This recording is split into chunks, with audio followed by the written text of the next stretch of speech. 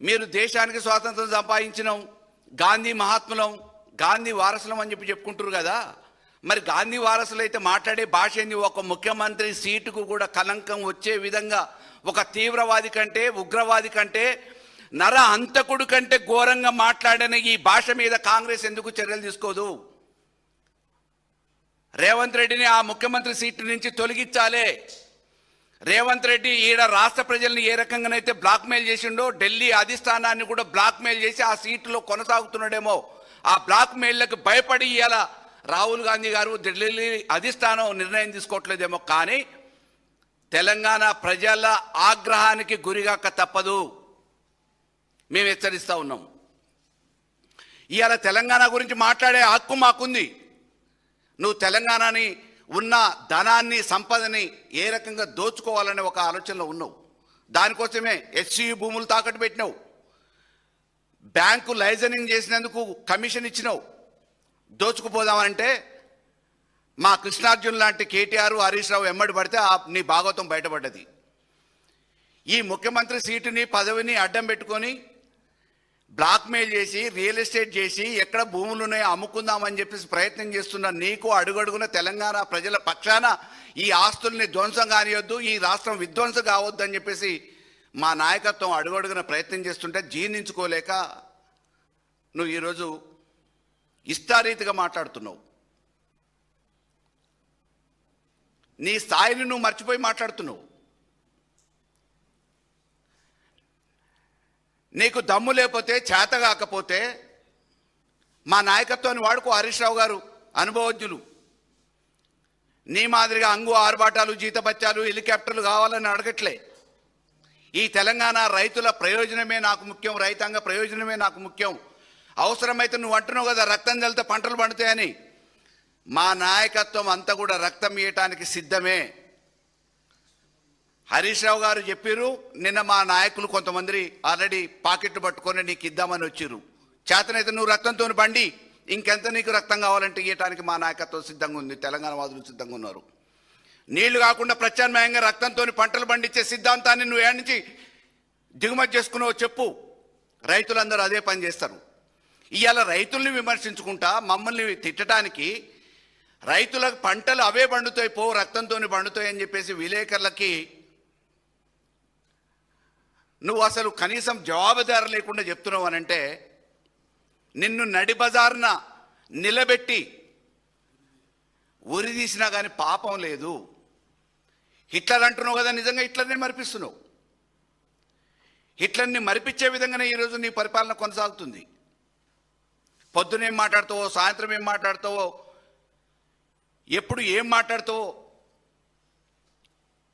తెలియని అయోమయ పరిస్థితులలో ఈ రాష్ట్రాన్ని ఆగం చేయొద్దు, రైతాంగాన్ని ఆగం చేయొద్దు, ప్రజల్ని ఆగం చేయొద్దు, ఇస్తా అన్న హామీలు ఇవ్వటానికి నీకు చేత కాదనేది ఆల్రెడీ నిర్ధారణ అయింది. ప్రజలు మొత్తుకుంటున్నారు. నీకు ఎట్లాగూ చేత కాదు. కనీసం చేసేటోళ్లతోని అనుభవాలన్న తీసుకో.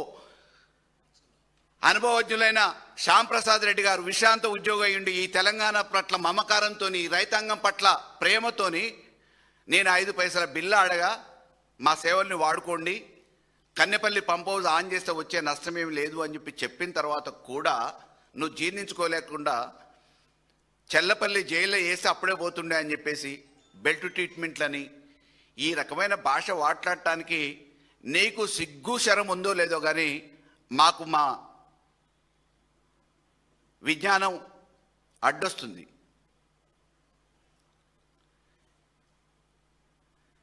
మేము కాంగ్రెస్ అధిష్టానాన్ని అడుగుతున్నాం, గాంధేయవాదులు నిజంగా మీరైతే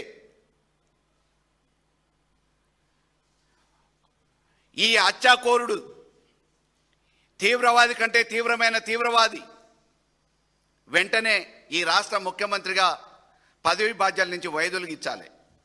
ఢిల్లీ అధిష్టానం నిర్ణయం తీసుకోవాలి. మీ దాంట్లో చేతనైన వాళ్ళు, ప్రజలు మీకు అధికారం ఒప్పజెప్పారు 5 సంవత్సరాలకి. ఓకే, మీ దాంట్లో సమర్థులను ఎవరు పెట్టుకుంటారో పెట్టుకోండి, మాకు వ్యక్తులతో సంబంధం లేదు. కానీ తెలంగాణని ఆగం చేస్తూ, బ్లాక్మెయిల్ చేస్తూ, పొద్దున లేస్తే సంపాదన కోసం వెంపర్లాడుతూ ప్రతిపక్షాలని వ్యక్తిగతంగా తిట్టాలనే ఏకైక లక్ష్యంతోనే ఈరోజు రాష్ట్ర ప్రజల ప్రయోజనాల్ని తాకట్టు పెట్టడానికి అడుగడుగున ప్రయత్నం చేస్తున్న రేవంత్ రెడ్డి ఒక్క నిమిషం కూడా ఆ ముఖ్యమంత్రి పదవిలో కొనసాగే నైతిక హక్కు లేదు అని చెప్పేసి నేను మీ అందరి సాక్షిగా చెప్తున్నా. భజన పర్లతో భజన చేయించుకుంటే ఆకాశం మీద ఉమ్మేస్తే మీ ముఖాన్నే పడుతుంది. హరీష్ రావు గారి త్యాగం ఏందో ఈ రాష్ట్ర ప్రజానీకానికి తెలుసు. కేటీఆర్ గారికి ఎంత బాధ్యత ఉందో కన్నెపల్లి పంప్ హౌస్ ఆన్ చేయాలి, ఈ రాష్ట్ర ప్రజల ప్రయోజనం కోసం, రైతాంగం కోసం ఈ ప్రభుత్వం కళ్ళు తెరిపియాలనే ఉద్దేశంతో మీరు ఎన్నో అడ్డంకులు సృష్టించిన పంప్ హౌస్ కాడికి పోయి పరిశీలించి పత్రికా విలేకరుల సమావేశం పెట్టి మీకు ఇప్పుడన్నా మేలుకొస్తుందేమో. దున్నపోతు నిద్రపోతున్నారు. దున్నపోతు మీద నీళ్లు జల్లితే కాదు, శంఖం బట్టి ఊదినట్టు మీ చెవులలో శంఖం బట్టి ఊదాలని చెప్పేసి కన్నెపల్లి పంప్ హౌస్ నుంచి మా కేటీఆర్ గారు ప్రెస్ మీట్ పెట్టి చెప్పారు. అయినా మీకు ఉలుకు లేదు, పలుకు లేదు. ఇవాళ ఇయ్యటానికి చేతగాక ఉత్తమ్ కుమార్ రెడ్డి ఏమంటాడు, వచ్చే జూలై నాటికి మేడిగడ్డ బాగు చేస్తా అంటాడు. ఇన్ని రోజులు ఏం చేసినావు? ఈత చెట్లు ఆకులు బీకినవా? గాడిద పండ్లు దోవినవా? నీ కమిషన్లు మిల్లర్ల దగ్గర నుంచి వసూలు చేయడానికి టైం సరిపోలేదా? లిఫ్ట్ల పేరు మీద పైపులు దొంగతనం చేయడానికి టైం సరిపోలేదా? ఇవాళ రైతుల ప్రయోజనం కంటే ముఖ్యమా? ఎన్నడూ ఏ విషయం మీద కనీసం అవగాహన లేని ఉత్తమ్ కుమార్ రెడ్డి నీకు ఈ రాష్ట్రానికి నీటిపారుదల శాఖ మంత్రి, నేను ఎప్పుడు ప్రిపేర్ అయి రాలేదంటాడు. నీకు ఏ అనుభవం లేదు. కన్నెపల్లి పంప్ హౌస్ ఏడుందో తెలియదు, మేడిగడ్డ ఏడుందో తెలియదు, నీళ్ళు ఎట్లొస్తాయో తెలియదు, ఏ పంప్ ఆన్ చేస్తే ఎట్లా వస్తాయో తెలియదు, ఎప్పుడు జాగ్రత్త పడాలో, ఎప్పుడు ఎక్కడ భద్రపరచుకోవాలో కనీస పరిజ్ఞానం లేని నువ్వు ఈ రాష్ట్రానికి ముఖ్యమంత్రివి. ఇది తెలంగాణ ప్రజలు చేసుకున్న పాపమో శాపమో తెలియట్లే. ఇప్పటికైనా వెనువెంటనే ప్రభుత్వం మేల్కొని కేసీఆర్కి బేషరతుగా క్షమాపణ చెప్పి న్యాయ వ్యవస్థ సుమోటోగా ఆయన మీద హత్యానేరం మోపి తీవ్రవాదుల మీద, తీవ్రవాది సంస్థల మీద ఏ రకమైన చర్యలు అయితే తీసుకుంటారో ఈ రాజ్యాంగం బతుకుంది అని చెప్పటానికి రేవంత్ మీద అటువంటి చర్యలు తీసుకొని ఢిల్లీ అధిష్టానం కూడా గాంధీ వాదనమని ఏ రకంగా చెప్పుకుంటారో గాంధీ సిద్ధాంతం తీవ్రవాదానికి వ్యతిరేకం అని చెప్పుకుంటారు కదా. మీరు వెంటనే రేవంత్ రెడ్డిని బర్తరఫ్ చేయాలి, తొలగించాలి. ఇటువంటి తీవ్రవాది మాదిరిగా అన్ని వర్గాలను బెదిరిస్తున్న ఇటువంటి వ్యక్తి ముఖ్యమంత్రిగా ఉంటే రాష్ట్రం కుక్కలు చింపిన విస్తరైతుంది.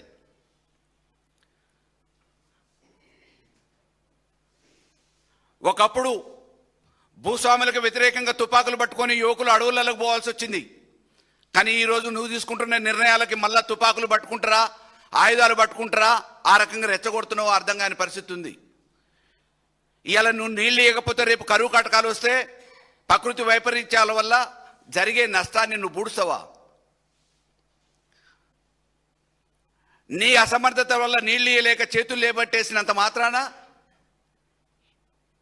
ఈ రాష్ట్ర రైతాంగానికి న్యాయం జరిగేది ఎట్లా? వెనువెంటనే పంప్ హౌజులను ఆన్ చేయాలి. ఈ చౌకబారు విమర్శలు మానుకోవాలి. ఈ భజన పరులు అంటే రేవంత్ రెడ్డి మెప్పు కోసం ఇష్టారీతిగా మా నాయకుల మీద మాట్లాడే మాటల్ని నోరు అదుపులో పెట్టుకొని మాట్లాడాలని చెప్పేసి హెచ్చరిస్తున్నా. తెలంగాణ రైతాంగ ప్రయోజనాల కోసం వెనువెంటనే కన్నెపల్లి పంప్ హౌజ్ను ఆన్ చేయాలి. అవగాహన లేకపోతే అనుభవజ్ఞులైన ఇంజనీర్లను వాడుకుంటావా? అవసరమైతే మా హరీష్ రావు గారు రావటానికి సిద్ధంగా ఉన్నాడు. నీ లెక్క అధికారం కోసం కాదు మాట్లాడేది ఇవాళ.